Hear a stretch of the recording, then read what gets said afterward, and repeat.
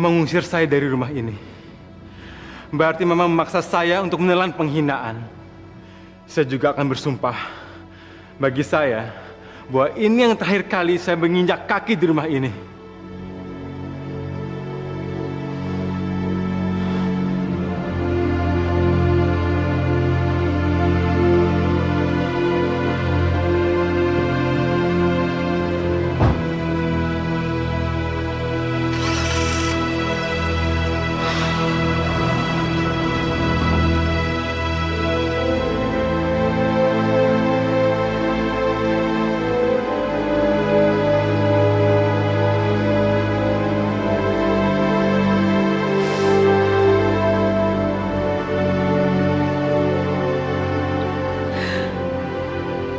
Tuhan, bukakanlah pintu hatinya. Sadarkan dia. Bagaimanapun dia adalah anak saya.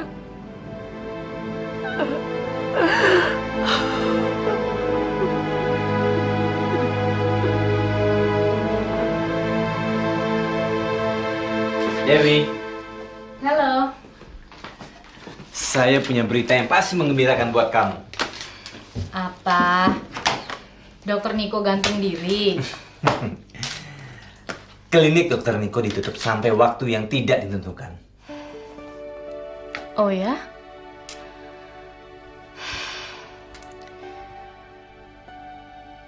Menurut kamu penutupan kliniknya itu ada hubungannya nggak sama kejadian hal itu? Mungkin, tapi saya juga belum tahu pasti. Tapi mudah-mudahan aja karena malam itu, Deo.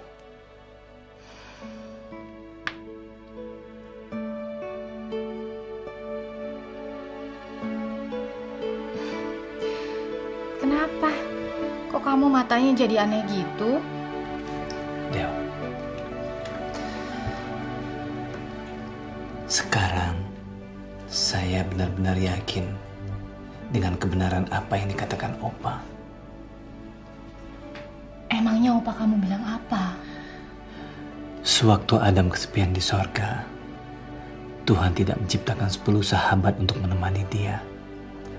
Tapi Tuhan menciptakan seorang istri untuk menemani dia. Kamu jangan nyamain diri kamu sama Adam.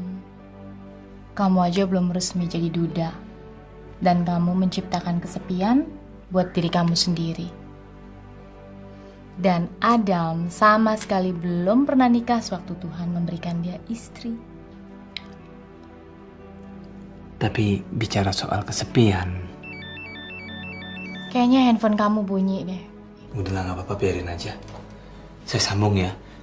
Bicara mengenai kesepiannya Adam dalam memilih pasangannya, Adam... Kamu jawab dulu deh, siapa tahu penting.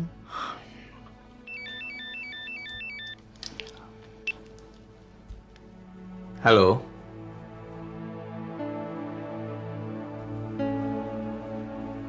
Apa? Kapan?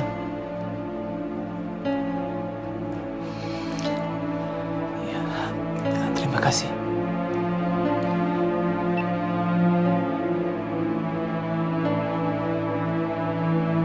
Theo, saya harap kamu jangan kaget. Ada apa?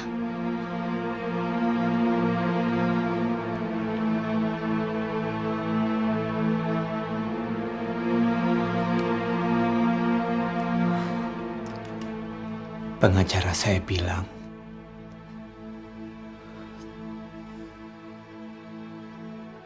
pengadilan sudah mengesahkan perceraian saya.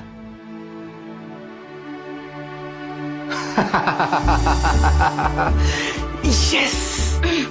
Kamu bener-bener keterlaluan. Yes! Sekarang saya sudah resmi jadi duda. Bebas. Dan kamu kan sudah selesai dengan Dokter Niko kan? Sekarang saya rasa sudah saatnya saya memanfaatkan hak saya sesuai dengan janji kamu untuk bisa melamar kamu.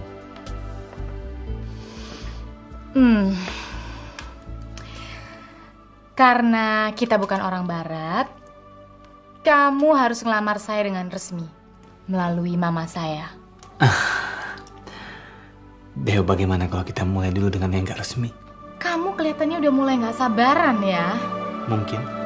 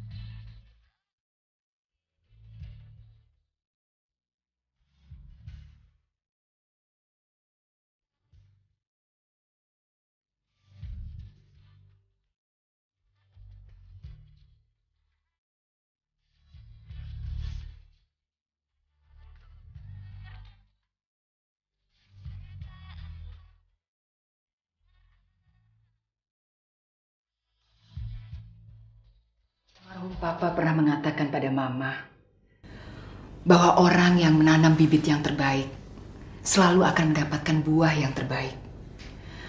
Dan selama ini kamu telah melakukan semua itu. Kamu selalu menanamkan bibit yang terbaik dalam kehidupan ini.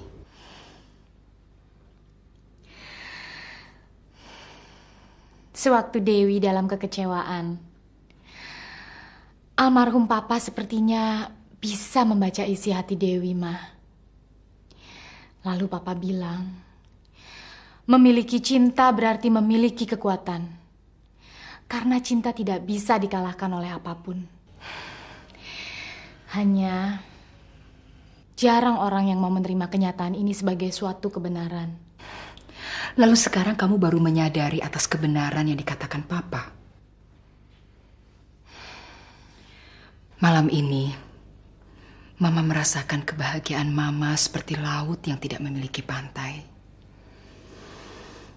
Cahaya kenyataan mulai menerangi kegelapan yang menyelimuti hidup Mama sejak Mama kehilangan almarhum Papa.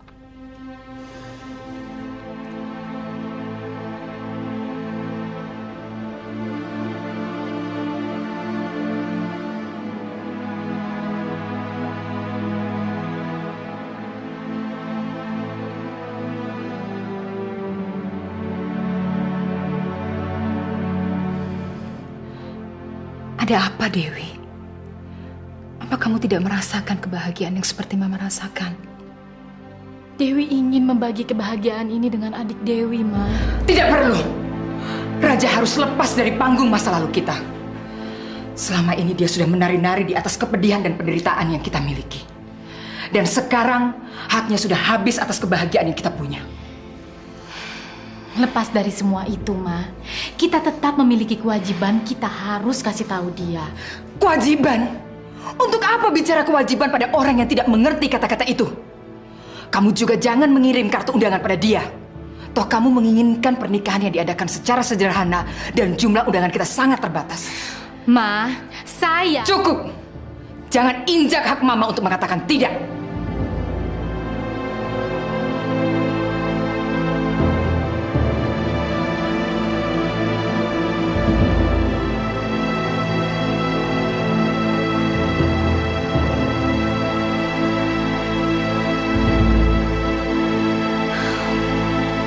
Kalian sudah puas menyewa apartemen seperti ini. Padahal kan ruangannya sangat terbatas.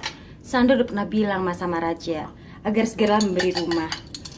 Tapi Raja sekarang pikirannya masih agak terganggu karena persoalan bisnis kayu sampai sekarang belum selesai juga. Kenapa kalian berpikir mengenai membeli rumah? Kenapa kalian biarkan anak pungut itu menguasai rumah besar warisannya Baskoro?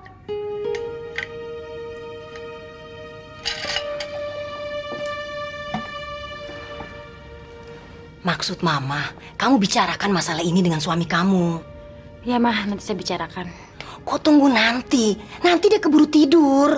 Ya kalau Raja udah keburu tidur besok saya bicarakan Mah. Kok besok? Bisa jadi kamu lupa masalah ini. Udah deh, biar Mama yang beresin semua ini. Udah hampir selesai kok. Sana kamu naik ke atas. Ya Mah. Tapi ingat, jangan bilang sama Raja kalau semua ini adalah ide Mama. Ya?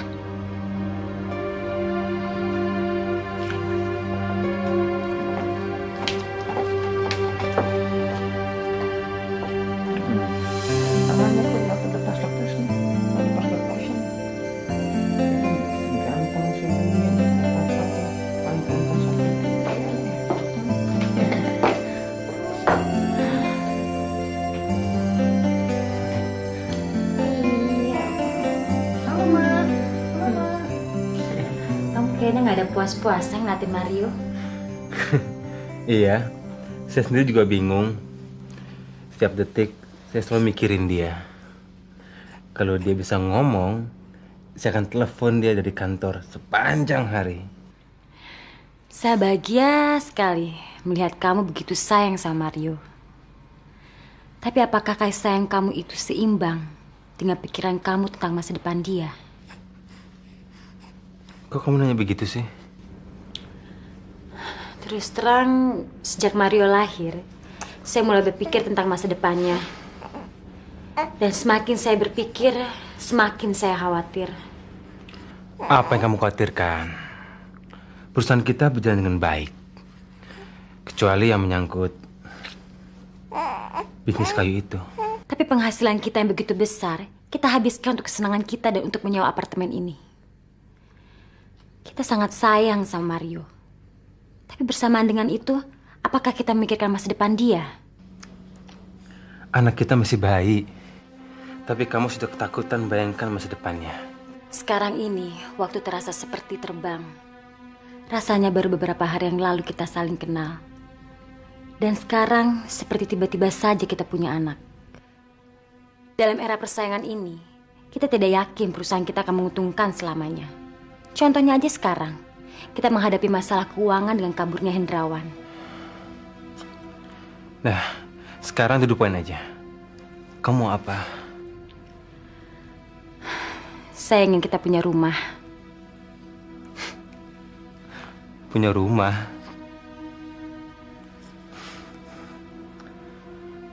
Oke. Begitu urusan Hendrawan selesai, kita langsung beli rumah besar. Kenapa harus beli? Uang untuk beli rumah kan bisa kita investasikan. Terus, dapat rumah dari mana? Loh, rumah yang ditempatin Dewi itu kan warisan dari papa kamu. Seharusnya itu hak kamu dan Mario. Iya sih. Kalau saja Dewi yang tinggal di sana, saya bisa lemparkan dia kapan saja. Masalahnya, sampai detik ini mama saya masih tinggal di sana kan. Kalau rumah itu kamu ambil alih, mama kamu kan bisa ikut kita. Kalau kamu cocok sama mama, dulu kita nggak perlu tinggalkan rumah mama. Dan semua ini nggak mungkin terjadi. Nggak mungkin sikap kalian berubah secara drastis. Saya janji, kita akan cari rumah yang cocok. Goblok. Tapi harus dekat dengan sekolah. Supaya nanti kalau dari pihak sekolah, kita nggak buang waktu di jalan. Iya sayang.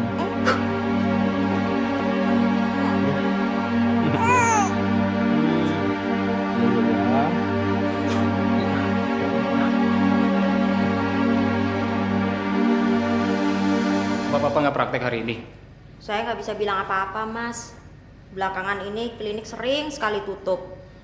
Pak dokter juga seperti orang kebingungan. Kalau ditanya selalu marah. Sekarang Papa ada di mana? Ada di kamar, Mas.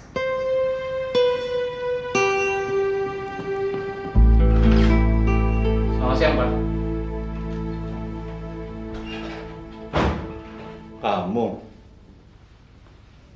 Kamu pulang lebih cepat dari rencana kamu. Saya kan selalu ngasih kejutan sama Papa. Kenapa? Papa nggak suka ya kalau saya pulang lebih awal? Memangnya kelihatannya Papa nggak suka.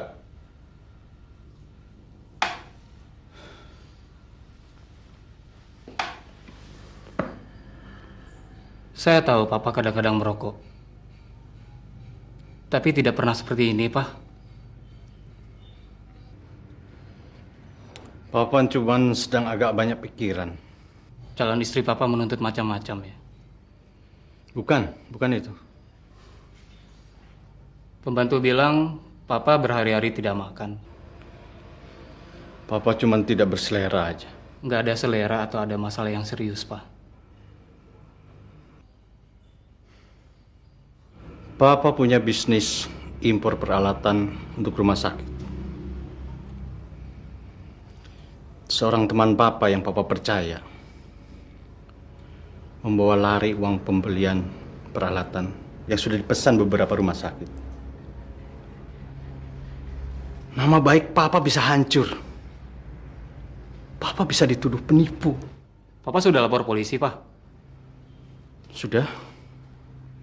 Tapi Papa tidak berharap polisi dapat menyelesaikan masalah Papa. Dengan merokok begini banyak, Pak. Dan Papa tidak pernah sama sekali makan. Apa Papa kira ini yang bisa menyelesaikan masalah, Pak? Interogasi semacam ini juga tidak akan menyelesaikan masalah. Mana surat-surat pemesanannya, Pak? Saya akan bicarakan dengan salah satu rekan saya. Saya yakin mereka akan membantu, Pak. Enggak. Terima kasih. Ini masalah Papa. Jangan libatkan kamu dengan masalah ini. Pak, masalah Papa adalah masalah saya juga, Pak. Kawan-kawan saya mempunyai uang ratusan juta dolar yang siap mereka investasikan. Kalau uang Papa yang dibawa lari, saya rasa itu tidak masalah, Pak. Mereka siap membantu. Karena mereka membutuhkan saya untuk investasi di Indonesia, Pak. Tidak perlu. Terima kasih.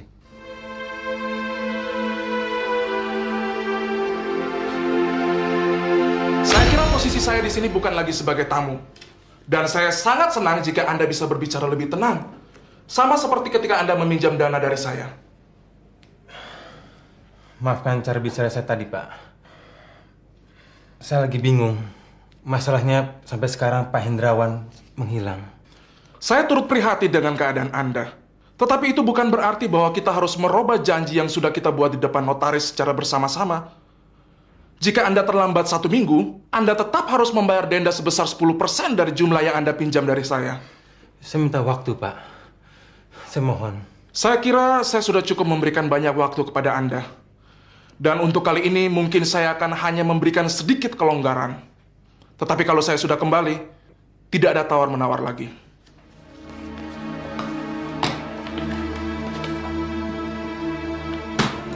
Selamat siang.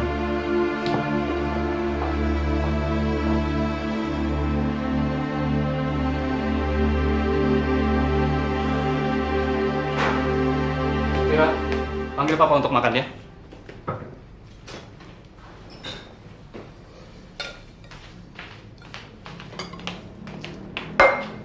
Kata Bapak, Mas Edi makan aja dulu. Bapak masih nggak selera.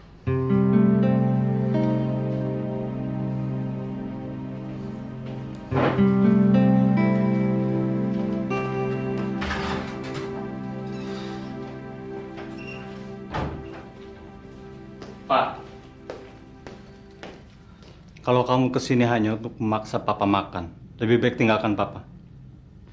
Edi baru saja bicara di telepon dengan salah satu rekan bisnis Edi, Pak. Tentang masalah Papa. Mereka langsung bilang, mereka bersedia membantu, Pak. Papa kan sudah bilang nggak perlu, Ed. Pak, mereka membantu tanpa jaminan dan bunga, Pak. Edi kesini untuk bicara, Pak. Papa tidak perlu bantuan siapapun. Saya tahu, Pak. Papa mau menyembunyikan sesuatu dari saya. Silahkan kamu mengambil kesimpulan kamu sendiri. Tapi jangan paksa Papa mengikuti jalan pikiran kamu. Ingat, apa yang pernah Papa ajarkan sama Edi. Ketika waktu Edi berputus asa dan menyendiri dulu, Papa bilang, semakin tertutup hati kita, apa yang kita pendam akan terasa semakin menyakitkan. Mungkin Papa dulu belum pernah bilang sama kamu bahwa ada yang perlu dipendam. Karena kalau kita bicarakan, akan menyakitkan bagi yang mendengarnya. Sekarang terserah Papa. Edi tidak akan memaksa Papa untuk menceritakan apa masalah Papa yang sebetulnya. Selama Papa tidak mau keluar dari kamar ini dan tidak mau menyentuh makanan, Edi akan tetap duduk di sini dan ikut berpuasa, Pak.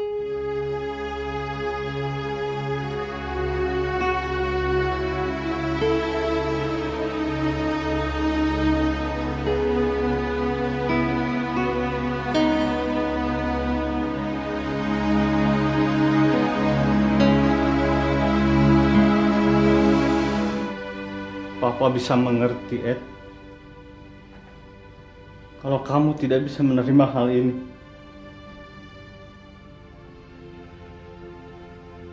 Pengakuan Papa mungkin akan membuat kebanggaan kamu terhadap Papa hancur, Ed. Dan kekecewaan kamu membuat Papa merasa tidak punya arti lagi. Walaupun di depan anak Papa sendiri.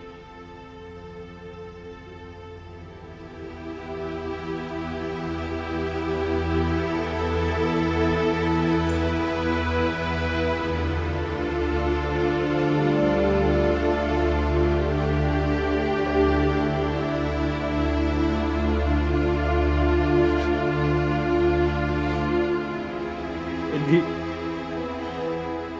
kalau kamu mau menghukum Papa akan terima apapun bentuk hukumannya, Ed.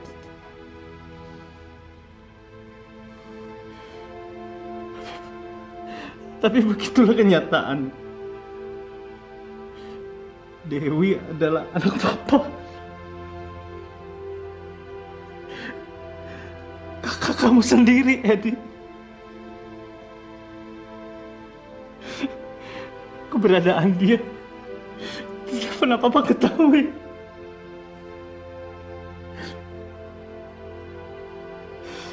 Papa telah membuat dosa yang sangat besar yang tidak mungkin dimaafkan oleh siapapun, termasuk Papa sendiri.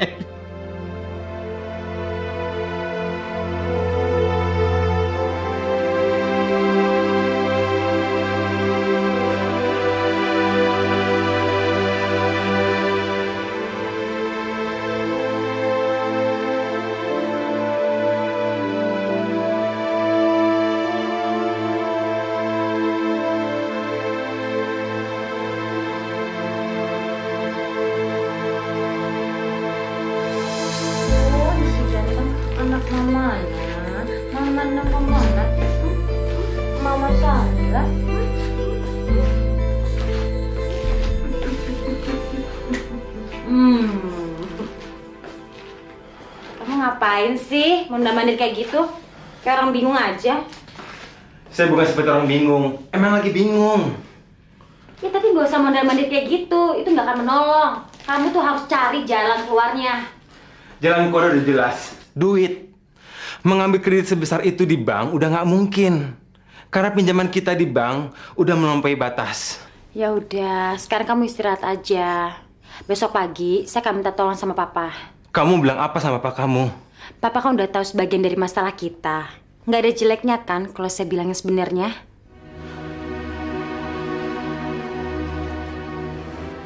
Kita cuma punya tanah dan rumah kita. Nah, kalau semua ini kita jaminkan ke bank, paling tinggi kita dapat pinjaman 150 juta. Masa Papa nggak ada bisa usaha yang lain sih, Pak? Teman-teman Papa yang dulu kan udah jadi orang penting semua.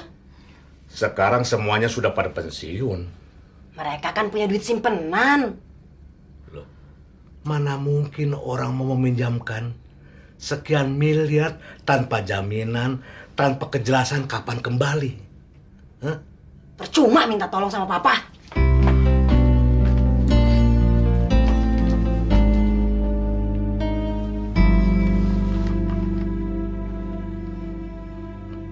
Kalaupun sangat diperlukan, paling-paling papa cuma bisa mengusahakan 150 juta. Itu pun dengan jaminan rumah dan tanah.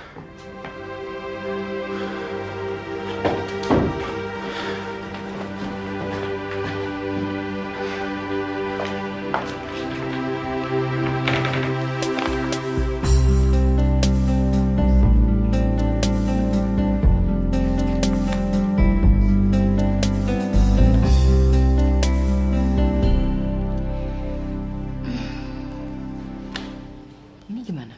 Enggak ah. Kebingungan calon pengantin dalam memilih nuansa kamar pengantin itu biasa kok. Silahkan Mbak Dewi pikir dan pertimbangkan dengan tenang. Saya bisa kembali besok. Ini bagus. Ya kan? Krem aja ya. Kayaknya saya pikir warnanya krem aja deh Mbak. Boleh?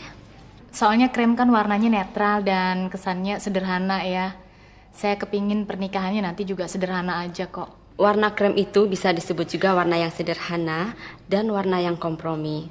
Di dalam kompromi tidak ada pihak yang lebih dominan. Nuansa merah jambu agak berbau feminin sehingga bisa jadi suaminya merasa seperti tamu. Betul juga.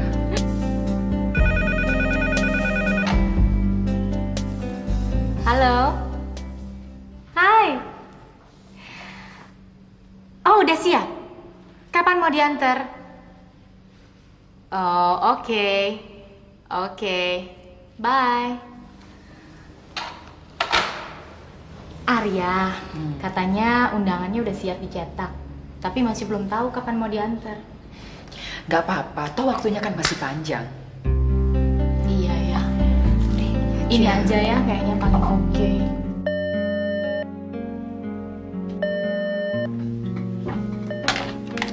Halo. Mbak Dewi, ada yang mau ketemu dengan Mbak Dewi. Namanya Edi. Saya nggak kenal. Saya anaknya Dokter Niko. Saya hanya butuh waktu 5 menit saja untuk bicara. Oke, 5 menit. Maaf Mbak Dewi, dia tadi rebut telepon dari tangan saya. Nggak apa-apa.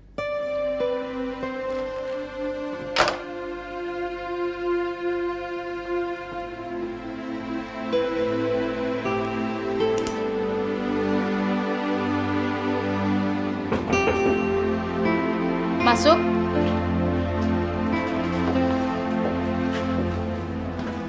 Selamat pagi. Pagi. Terima kasih mau menerima saya, walaupun dengan setengah hati. Karena saya datang tanpa perjanjian sebelumnya. Pasti Mbak Dewi kaget dengan kedatangan saya. Saya sendiri juga kaget setelah Papa cerita semuanya. Semalaman saya tidak bisa tidur untuk bisa menerima kenyataan ini, Mbak. Maaf, saya sedang sibuk. Ini kan jam kantor. Saya tidak punya waktu untuk membicarakan masalah yang di luar urusan pekerjaan. Saya tidak berniat mengganggu Mbak.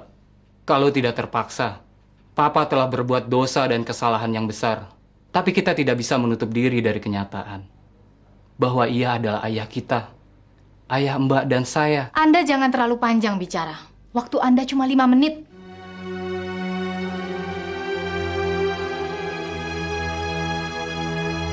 Boleh saya duduk? Silakan.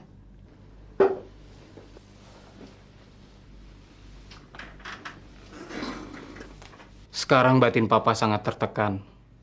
Saya kesini mewakili Papa untuk minta maaf. Karena dia merasa dirinya terlalu hina untuk menatap mata Mbak. Dia sangat menderita akibat dosanya, Mbak. Kalau dia menderita akibat dosanya itu sangat adil.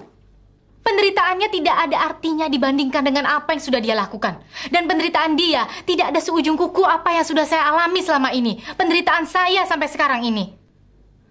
Akibat perbuatan Dr. Niko yang menjebak ibu yang melahirkan saya ke dalam perangkap dosanya, saya lahir ke dunia ini sebagai anak haram. Kelahiran saya di dunia ini tidak diterima oleh keluarga ibu yang melahirkan saya. Lalu saya dibuang sampai saya hampir mati kedinginan di tempat sampah. Papa tidak bilang sama saya. Dia memang tidak tahu, karena dia mencampakkan ibu saya begitu dia tahu ibu saya hamil. Dia sekarang sudah bertobat. Dia menghukum dirinya dengan menyiksa dan membiarkan dirinya mati perlahan. Dia melakukan itu untuk mengurangi dosanya. Tapi itu sama sekali tidak meringankan penderitaan yang sudah saya alami. Makanya, jangan mengharapkan apa-apa dari saya. Sebagai anak Dr. Niko, saya sadar. Saya tidak bisa mengharapkan pengertian dari Mbak. Tetapi setidak-tidaknya sebagai adik, saya masih ingin bermimpi untuk diakui. Sudah lebih dari 5 menit. Saya mohon Mbak, kasih waktu sedikit lagi.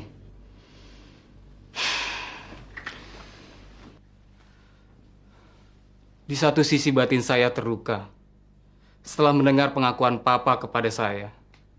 Tetapi di sisi lain, saya merasa bahagia karena saya memiliki seorang kakak. Saya tidak mau dosa Dr. Niko membuat saya melakukan korupsi jam kerja. Karena buat saya, korupsi jam kerja adalah dosa administratif. Saya mohon, maafkan kesalahan dan kejahatan yang telah dilakukan Papa. Setidak-tidaknya bisa mengurangi luka batinnya. Mbak mungkin tidak percaya. Sudah berhari-hari dia tidak mau makan, Mbak. Saya tidak suka basa-basi dan tidak mau munafik hanya untuk sekedar menyenangkan perasaan orang. Hanya satu hal yang saya bisa katakan. Mulai saat ini saya tidak akan membenci dia. Tapi itu tidak berarti bahwa saya sudah memaafkan dia.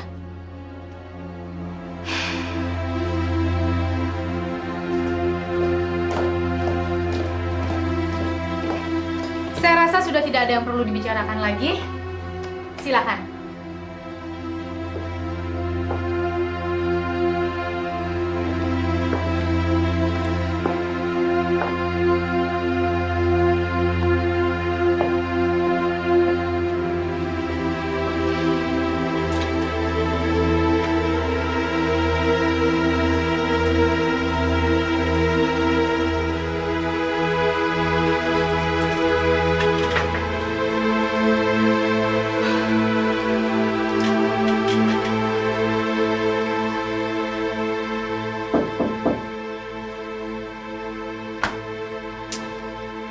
Sudah bilang, gak ada lagi yang harus kita bicarakan. Saya salah apa? Sorry, saya pikir... Orang yang baru keluar dari ruangan kamu. Yang mukanya sedih. Kamu ketemu sama dia? Iya, saya ketemu tadi pas di lorong. Siapa sih? Dia anaknya Dr. Niko. Nantilah saya ceritain semuanya sama kamu. Ceritanya panjang. Lagian dia sudah menyita jam kerja saya. Saya tahu kok. Dengan kata lain, saya nggak boleh lama-lama di ruangan kerja kamu, ya kan? Jangan-jangan nanti saya bisa paksa kamu untuk melakukan dosa administratif lagi. Ini undangan buat kamu. Yang sisanya terpaksa saya taruh di bawah, habis banyak. Oke, nggak apa-apa kok. Del, saya pamit dulu deh. Oke. Thanks ya.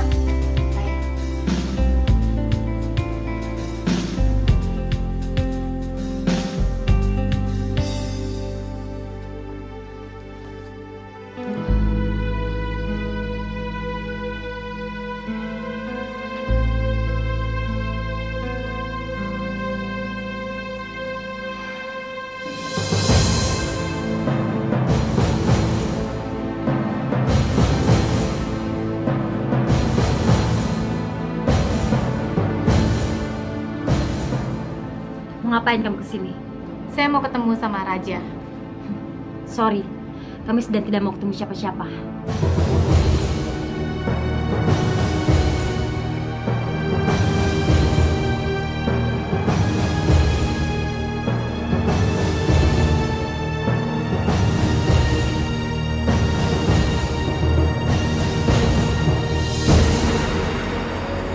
Jangan sampai ketinggalan update terbaru dari MVP Hits dengan subscribe dan klik tanda lonceng di bagian kanan.